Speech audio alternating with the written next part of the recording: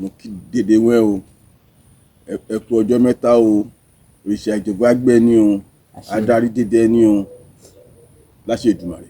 My name is Arc.Tokunbo Fowode, and used to be the former rector of MAPOLY. I worked in MAPOLY for over 35 years and became the rector of MAPOLY, and now I'm just trying to cool my heels and get into my practice back. I'm an architect by calling, and that's what I do for a living. When you now do the pre-contract, when you now get the contract signed, you put it in place, then you now go to what you call the post-contract. So what are those things that you are going to do?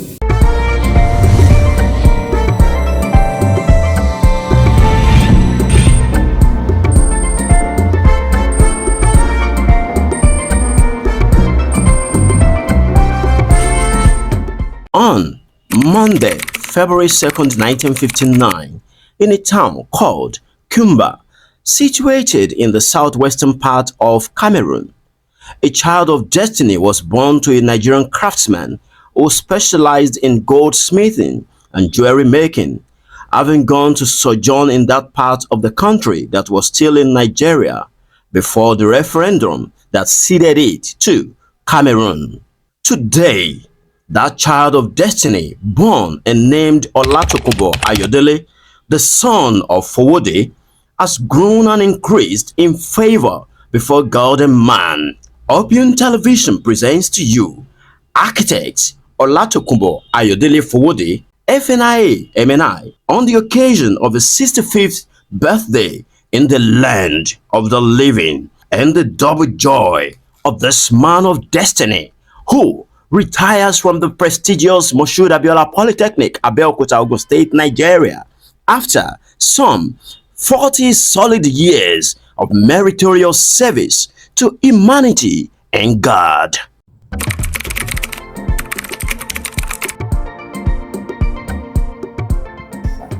Well, my earliest childhood days, I would remember, I could recall that my father had to go and sojourn in where we call, which is Cameroon today, in a town called Kumba. He had gone there to learn goldsmithing and jewelry making. And as a young man, he was there all the years, and later came back to get married to my mom. That they got married in around 1958, so he had to take my mom back to Cameroon. Very well, and I was born in 1959. So I guess I grew up there till I was about 4 years. From the story I gathered, there was a referendum because as at that particular time, the British Cameroons, they were part of Nigeria, a part of Eastern Nigeria, and for one reason or the other, there was a kind of a referendum to determine whether the people there in southern Cameroon were still going to be part of Nigeria or they want to join the other part of Cameroon. And so at that particular point, I think those who wanted southern Cameroon to be part of Cameroon, the main Cameroon, won. And so left out people like my dad who are Nigerians working in Cameroon, left them in a lush. And so the young man with 2 kids, I think I was already around, and my sister, my younger sister too. So the old man, at that time, he had built a house. He had built a 15-bedroom house, and so he was now, he didn't have a choice because he had to kind of move back to Nigeria with his young wife. And so, and to make it worse, to exacerbate their pains, the Cameroonian authorities barred any Cameroonian from buying any house from them. So they could only come back with whatever little thing they could carry. So they lost the house. That's not share. And so they came to Ibadan. And so when they came to Ibadan, and my father and his wife and two of us, the two of the children, just my sister and little sister, settled in Ibadan. And then we started another life at Okeado, where we now grew up, and I had to go to primary school in Ibadan. I went to Ebenezer African Church School at Okeado. I started that in 1965. Barely 2 years after we came back from Cameroon. And then so I went to Ebenezer African Church School and was there till I finished my primary school education in 1970. After I finished my primary school in 1970, I now went to Jebode Grammar School. Jebode Grammar School was where I was till I did my school certificate in 1975.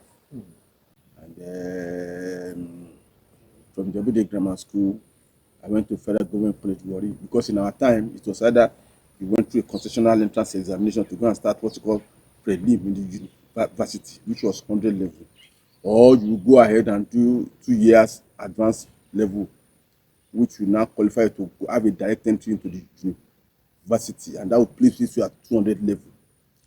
So at that particular time, I went to Federal Government College Warri, which was one of the best schools around in that particular time, in that era.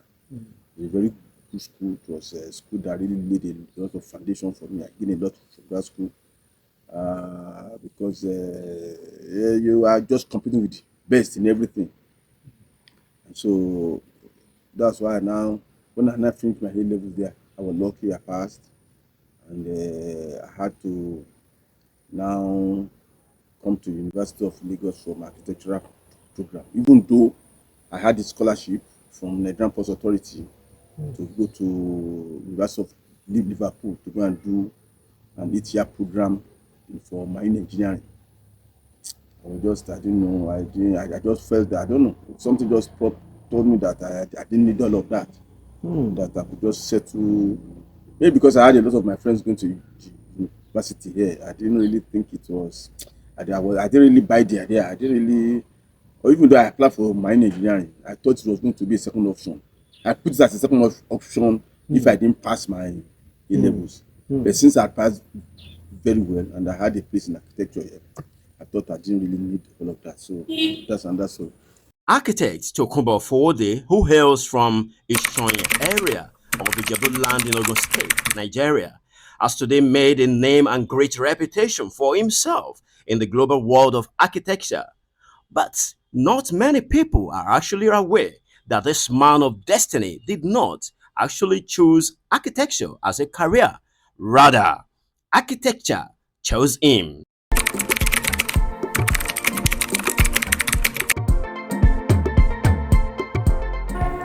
Well, I think one of the things I would say is that initially I thought I was going to read something like civil engineering, and so my subject combination at higher school was physics, chemistry, mathematics. The physics, chemistry, mathematics could drive me to, I could do architecture with it, I could also do engineering with it. Apparently, I thought that if I didn't do civil engineering, I was going to do surveying. Those were my plans when I was even at higher school. But one day, I have an uncle who was at Jebode Grammar School too. Who was my senior, not my senior, I didn't even meet him in school. This my uncle is my mother's younger brother. This my uncle, he did very well in school certificate. He had a grade 6 in school certificate. In the A levels, he had AAA, and then went on to University of Lagos to read mechanical engineering, and he had the first class in mechanical engineering before he went abroad to this master's PhD. One day he came to our house in Ibadan. I was in Lower 6. That was my first year at A levels. And so he now came to our house and was just interrogating me which course I would like to do. I was telling me my options in engineering. He now said no, that I should not bother to go into engineering, that I could go and do architecture now. He was the one that introduced me to this architecture. He said that I could go and do architecture, that I could find it more interesting. That engineering, I would still be doing a lot of mathematics and all of that. And at that particular point, actually, I was really, mathematics, I liked it, but something that would take me out of it a bit would be something I would love. So that's how I came into architecture. Arc.Tokunbo Fowode joined the services of the then Ogun State Polytechnic, Abeokuta, after a brave career at a frontline architectural firm based in Ibadan, Oyo State, Nigeria. He was quite a young man back then, but got employed at the Ogun State Polytechnic, Abeokuta, as a lecturer 3, armed with his MSc degree.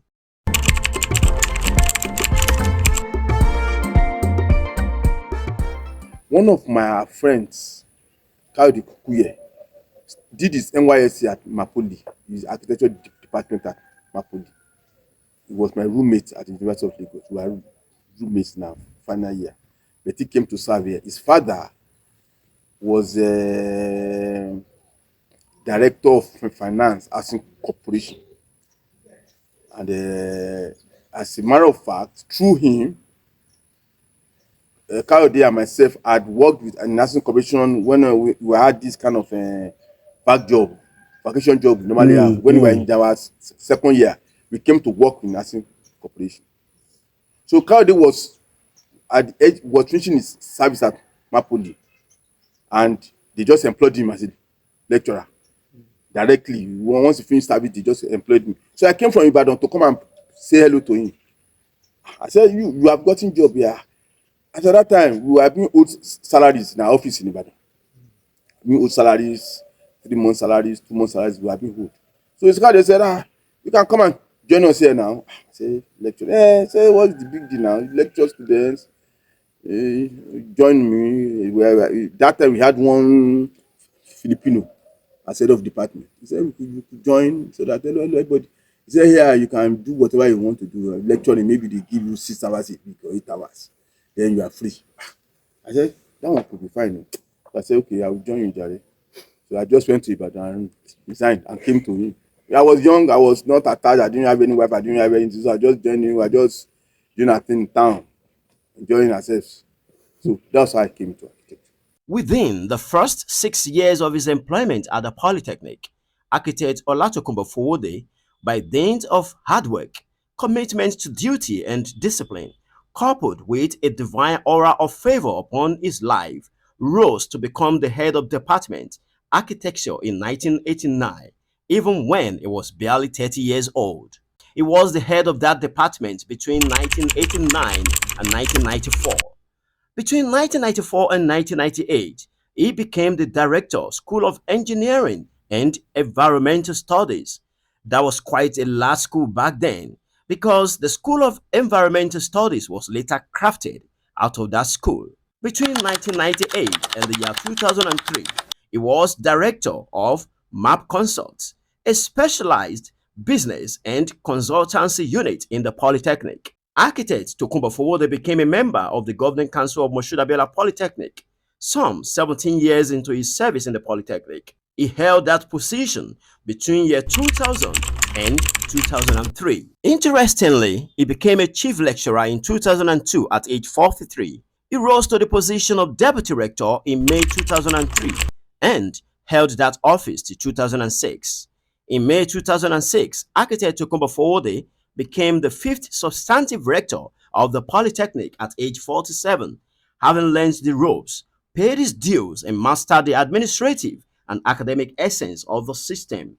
Little wonder, therefore, that he meritoriously earned the reputation of being the architect of the new MAPOLY, given his introduction of a strategic development plan for the institution during his administration. That strategic plan, codenamed MENT, that is, MAPOLY Enhancement Development Strategy, remains a reference point because its implementation ushered in an era that many have described as the heydays of MAPOLY, when meritocracy and staff well-being became imperative and non-negotiable. But was it all rosy for this man of destiny throughout his career at Moshood Abiola Polytechnic?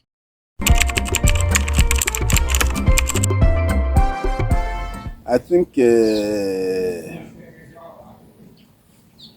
one that I can really, maybe two, that career was when I had a kind of I won't say kind of, I would say misunderstanding with the chairman of council that had to force me to proceed on leave, a leave that I did not plan for, a leave that I did not request for, on account of frivolous grounds, which of course there is no way you explain that outside. It's just like it was a case of misdemeanor. That was the way people outside were going to see it, and so that I was forced to now go on that leave. But by the same God that have provided, that has always been around me, also created the opportunity to ensure that I returned back to office, and that thing really happened at the precipice of my consideration for a second term. And I was able to overcome that and still came back, and I was still got my second term. That was quite embarrassing because it involved getting to the press and all of that. The second one perhaps was the fact that that also happened at the twilight of my career as Rector. Barely about 6 months to the end of my career, and that the former governor, Senator Moshood, had to relieve me of my post as Rector for no just reason. And I was even outside the country when it happened. But miraculously again, and I think it's unprecedented in the annals of getting people out of office in Nigeria, that somebody will be asked to leave office and had gone, the press had already think of it, and then that same person was now brought back to the same office, and it was the same governor that sacked him, that reinstated him. I don't think it's something that is common. It's not something that it's unrare. So that's why I look at it that one way or the other, God has a way. God has really destined me to be on that seat, one way or the other. No doubt. Architect Arc.Tokunbo Fowode, FNIA MNI, is far from being infallible, but the testimonies of his contemporaries, colleagues, his subordinates, as well as students who crossed his path during his career at Moshood Abiola Polytechnic openly affirm that Tux, as he is often referred to by his friends, is a classical example of a perfect gentleman, a socialite, an astute administrator, and a responsible family man who was lucky enough to have gotten married to an uncommon wife, whom he describes as his best friend from his youthful days. The union is blessed with excellent children. Ladies and gentlemen, with a resounding applause, a standing ovation, if you don't mind, join the world as we give 65 healthy shares to this exceptional man of destiny on this occasion of his 65th birthday and meritorious retirement from the service of Moshood Abiola Polytechnic, Abeokuta, Ogun State, Nigeria.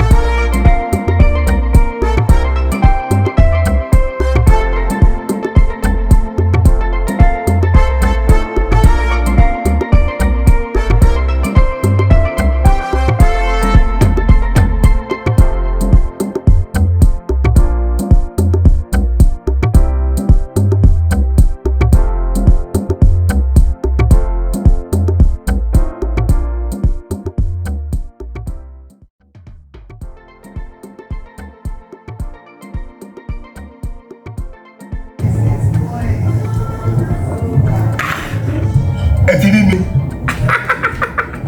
èmi náà ti rí yín ohun tí mo fẹ́ sọ fún yín ni pé ẹ lọ subscribe sórí OTV kí ni mo pè OTV gbogbo eré ọ̀rọ̀ ìsítí lóríṣiríṣi lẹ́ ó máa rí nínú OTV kí ni mo ti pè OTV.